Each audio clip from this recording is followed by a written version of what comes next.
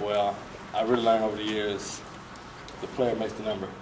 And, I knew Nick did his thing. I'm just really looking forward, to getting out there. Really, wearing my own number. I mean, I know he wore it.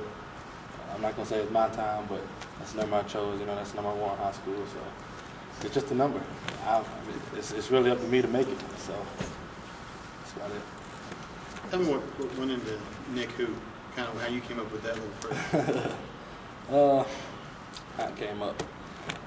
During recruiting on my official, Tigers, they always kind of make up a nickname when they introduce us. So one of the Tigers asked me did I like it, and I liked it, even though she couldn't use it. But I told her, I liked it, so that's where I kind of got the idea from. And I talked to Nick about it, and Nick said he said initially there's going to be comparisons. He said he didn't want me, to overwhelm me.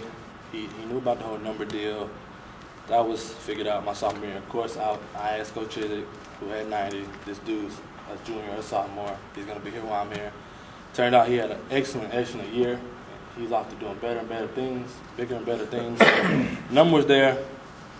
I guess I kind of, I was still young. I guess I got caught up in the moment, and I guess I decided to go all out with it. But I talked to Nick about it. He knew it was no disrespect. It definitely wasn't toward Nick Saban, and it was just all fun. I guess I was one of my last times I could be serious relating to college-related materials. Yeah. But do you feel like your play is patterned after him? I mean, the way he played last year, is it the way you're going to be? Nick Fairley was special. Nick Fairley was a special guy. I could truly say, if I don't have that off and on switch, I'm going to have to learn to do it. He had an off and on switch that was out of this world. He is definitely one of the coolest, down-to-earth guys I know off the field. And on the field, when he turns it on, he's really just a totally different person. And so I'm not going to say. How much is it have you seen from Kyle? Has it been easier for him to pick things up because of his knowledge of your offense? There's no doubt about that.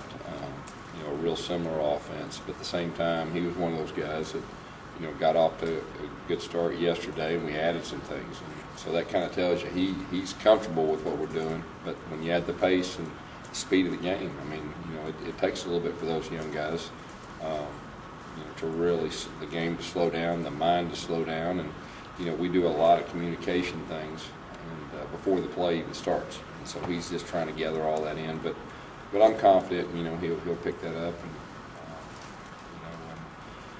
and he should get better, every practice. So talk to both Barrett and Clint, and they've pretty much talked about how their entire lives have been working towards this point, these next few weeks. And I know this is not your first rodeo in this regard, but how tough is it as a coach when no matter what decision you're going to make, there's going to be someone that's going to be disappointed? That's been really. Well, that's the tough part of coaching.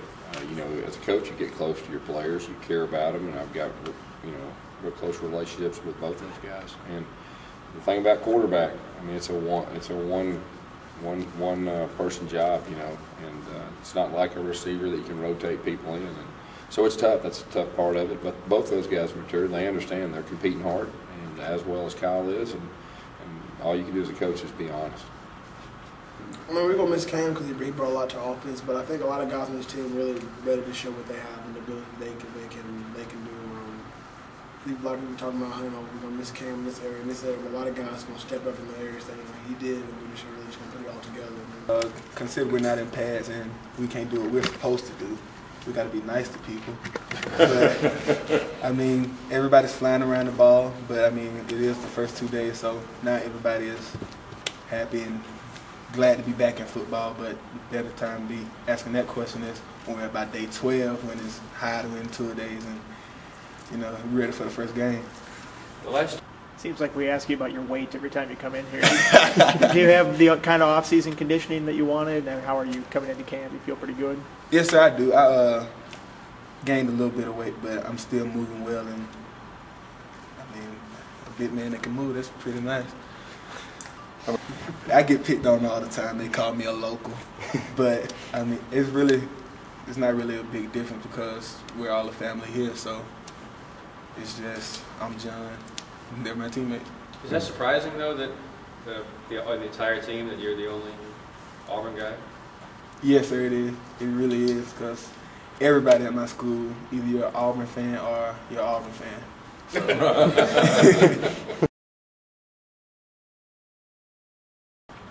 What's your favorite place to eat in Auburn?